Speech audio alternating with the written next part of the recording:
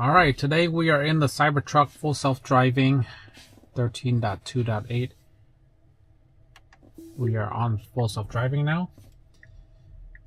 And heading to Costco. Gotta get some eggs. Gotta get some tea.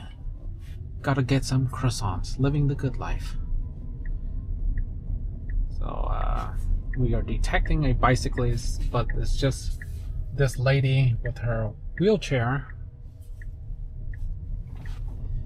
And we're gonna have the car just take us there. So there's some things that I want to talk about, and first of them is that according to the information, Elon appears to have lost interest in the electric vehicle business, abandoning the highly anticipated $25,000 affordable crossover SUV Model 2 and focusing entirely on AI-driven products like autonomous robotaxis and humanoid robots. And you know, I do think that this is probably on point. Probably his electric vehicles, they're good enough. If he had somebody else helping him out and working on it, I think that'd be better. Whoever somebody else can develop that smaller vehicle, and while he concentrates on the robots. I do think that the robots are the future. I am really interested in getting a robot at this point. You know, if they can perform a fraction of what they're promised, they will probably be very good.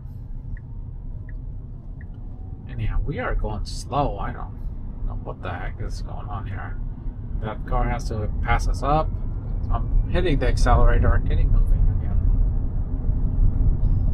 But onwards to other things with Tesla in general. Next week on Tuesday, there's going to be something big. It's the earnings call for Q1. And let's go over, I believe, the top questions for the earnings call. And this is the top question. I'm just going to go over a few of them. When will FSD unsupervised be available for personal use on personal owned cars? Oh my goodness, that's going to be a big one. Whatever answer to that is going to rock the world. If it's soon, this year, it's going to rock the world. If it's next year, it's going to rock the world in a bad way. So yeah, either way, it's going to cause some sort of commotion. And the second one I sort of went over, is Tesla still on track on releasing more affordable models? If Tesla went that route and went the GM Stellantis route, where they have like all sorts of models for every single scenario, they'd probably make a lot more money. And that's like, as kind of like how BYD makes a lot of sales, because they have that model as well. Okay, so the third question: how is Tesla positioning itself to flexibly adapt to global economic risks in the form of tariffs, political biases?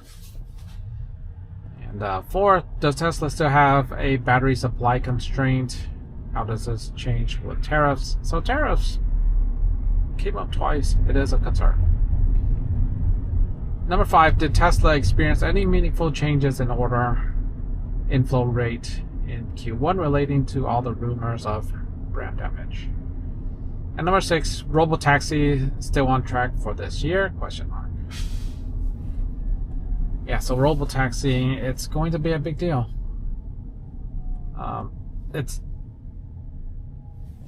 People are more interested in having their own cars turn into robotaxis than the robotaxi itself. So even though Elon may be giving up on working with electric cars or making new versions of it, having that robotaxi tech is kind of implied at this point. And so that's going to be an interesting one. And here we go. We should be turning left, right about that light up there. So Cybercab testing has resumed April 16th. Alright, and there was a question about the reliability of Teslas. And here's one. 2015 Tesla Model S still going strong at 760,000 kilometers. That's 472,000 miles. Still running the original front motor. Battery was changed at 600,000 kilometers. So the battery was changed at 250,000 miles, something like that. Okay, my math is wrong, or whatever. 280, okay? 280,000 miles before you change the battery. That's assuming that you want to keep the car. And I have been known to keep vehicles for a very long time because it's part of my heritage of being a cheap Asian. So the cars I have at home are quite old. They're quite old. I don't want to have my kids drive such old cars. It'd be nice if they had like a newer Model 3 with full self-driving. I don't want my kids to drive. I mean, they're the worst of the worst. Future Asian women. So, I mean, they will be hazards on the street. So, if they can have Model 3 2023, by the time they're in college, which is awfully soon, hopefully the used car prices are down and I could get them some used vehicles. That is my wish, at least. Alright, so moving on from there, there's a lot of advertisements on the Model Y. It seems like it's a hot car. Road work, consecutive road work detours. It was uncanny how Tesla's FSD seemed to react a split second before the human driver even noticed the change. And the bug fix. We just recently got a bug fix. Wipers hasn't been fixed. Really want that to get fixed. Alright. So in other news, there's Hyundai. They are going to try to make their own battery packs. Right now they probably farm it out. They saw what BYD is doing with the 1 megawatt charging, and probably they think that's the future. I'm not sure that is. I mean, how often do you go on these fast chargers? I guess some people will really appreciate that. But for a smaller vehicle, yeah, I'm not so sure it's that necessary. Just for a few reasons, because 1 megawatt charging is super fast, and that means that it's going to charge the battery fast, and charging fast is just not good for battery health. So the times that you charge it, the times that you'll need that fast of a charger is probably not often. Most people, I believe, charge at home. And smaller vehicles with smaller battery packs, I mean, they're substantially smaller battery packs than this Cybertruck, for instance. And most vehicles, they just have 40 and 50 kilowatt hour battery packs. This one has like 120. If you have a Hummer, then okay, you have a gigantic battery pack. It's like 200 range or something like that. If you don't, then why? Oh, there's a car that's reversing. Oh man, we have to stop fast. Oh man, that was tight. So that full self-driving. Nothing to, no interventions, except for comfort intervention. If you want to hit the accelerator to go faster, you can certainly do it. And it would be interesting if I hit the accelerator, what would it do in that scenario? I don't think it would allow me to drive into the vehicle in front of me. I mean, it does complain. Let's see right here. Oh. I was about to run the light. Just okay, so the accelerator is gonna let you run the light if you want to. But if there's a physical barrier, then it's probably different. But yeah, I would have definitely ran that light if I hit the accelerator too much. Alright, let's see which one it chooses to go in. Alright, let's skip this one. There's a person walking, and they have cleared. We're going in. And you might have seen it in other videos that the Tesla did drive on the wrong lane here before. I doubt that it will happen again because there's cars in the opposing lane, but if there's no cars in the opposing lane, sometimes it can happen. If it doesn't see the lines very well, especially at night, then it could be driving up on the wrong lane. But other than that, we are going well.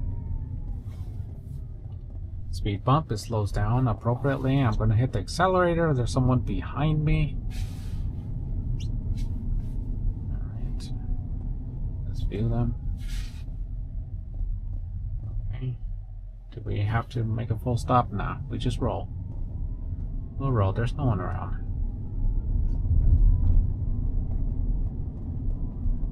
Speed bump. Oh, that was a rough one. That was a rough one.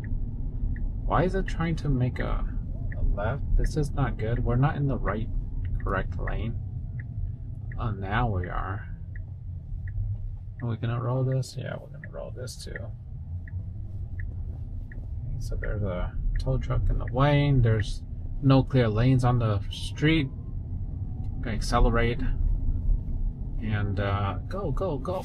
Oh, you know, it's mapped towards the gas station. Darn it. I'm not going here. So, you know what? Why did I stop it? I'm gonna go through this gas station thing. So I had to intervene because my own fault. I hit the gas station as my final destination. So, the full self-driving unsupervised seems to be the most popular thing people are interested in.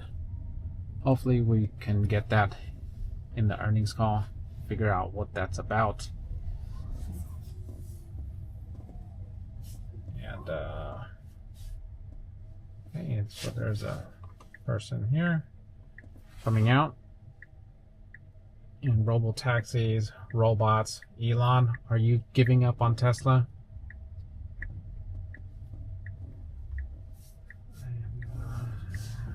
I'm gonna reverse. Yeah.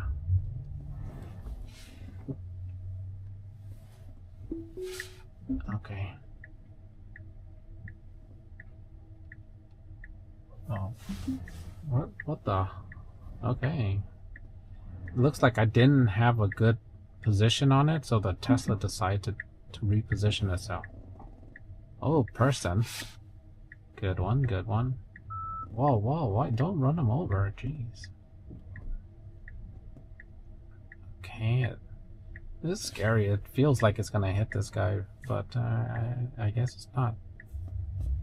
And we are gonna one-shot this. That's, well, almost a one-shot.